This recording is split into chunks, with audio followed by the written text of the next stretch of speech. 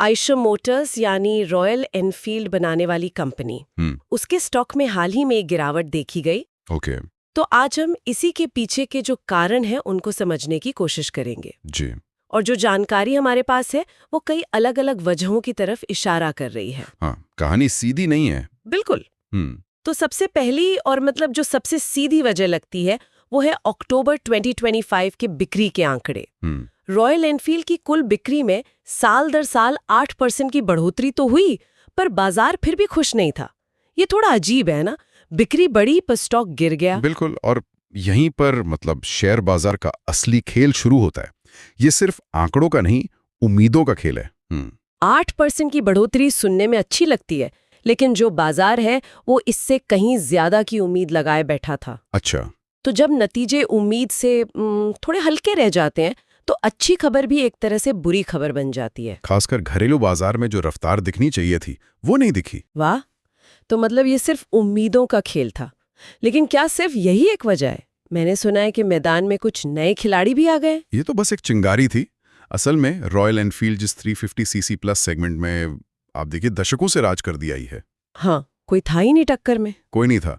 अब वहां मुकाबला बहुत तेज हो गया है। बजाज ट्रायम्फ और हीरो हार्ले डेविडसन, इन नई साझेदारियों ने बहुत दमदार प्रोडक्ट्स लॉन्च किए हैं। सही बात है। तो निवेशक अब ये देख रहे हैं कि रॉयल एनफील्ड इस नई चुनौती का सामना कैसे करती है। बिल्कुल। यानी मार्केट शेयर पे दबाव का डर अब समझ में आ रहा है। इसके अलावा एक और कारण, एक शब्द बार बार आ रहा है, मुनाफा वसूली। ये क्या होता है? इसका मतलब बहुत सीधा है। पिछले कुछ समय में आयशर मोटर्स के स्टॉक ने बहुत अच्छा प्रदर्शन किया था। हाँ, काफी ऊपर गया था। तो जब कोई स्टॉक तेजी से ऊपर जाता है तो कई निवेशक सोचते हैं कि चलो अपना कमाया हुआ मुनाफा लेकर बाहर निकलते हैं। अच्छा, प्रॉफिट बुकिंग। हाँ, तो इसके लिए वो बिकवाली करते हैं जिससे कीमत में एक अस्थायी मतलब एक टेम्पररी गिरावट आती है। ओके। और एक आखिरी बात, कभी कभी तो पूरी इंडस्ट्री ही दबाव में होती है। क्या यहाँ भी ऐसा ही कुछ है? हाँ, ये भी एक अहम पहलू है। अगर आप देखें तो पूरा ऑटो सेक्टर यानी जो निफ्टी ऑटो इंडेक्स है वो बिकवाली के दबाव में था। अच्छा, मतलब सिर्फ आयशर मोटर्स ही नहीं गिर रहा था? नहीं, तो जब पूरा बाजार ही नीचे जा रहा हो तो एक अच्छी कंपनी का शेयर भी उस बहाव के साथ नीचे आ सकता है।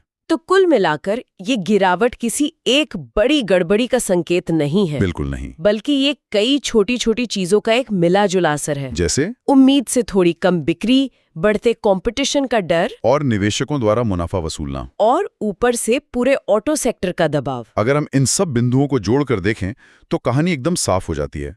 गिरावट का जो मुख्य ट्रिगर था वो उम्मीद से कम बिक्री और भविष्य में बढ़ने वाली प्रतिस्पर्धा का डर ही है, जिसने कुछ निवेशकों को मुनाफा बुक करने के लिए प्रेरित किया। बिल्कुल सही। वाकई। तो जाते जाते एक सवाल छोड़ जाते हैं। ये सोचना दिलचस्प होगा कि क्या रॉयल एनफील्ड का जो दशकों पुराना ब्रांड है, उसकी अपनी एक अलग पहचान, एक कल्चर है, क्या वो उसे इस नए और कड़े मुकाबले के दौर में अपनी बादशाहत बनाए रखने में मदद कर पाएगा?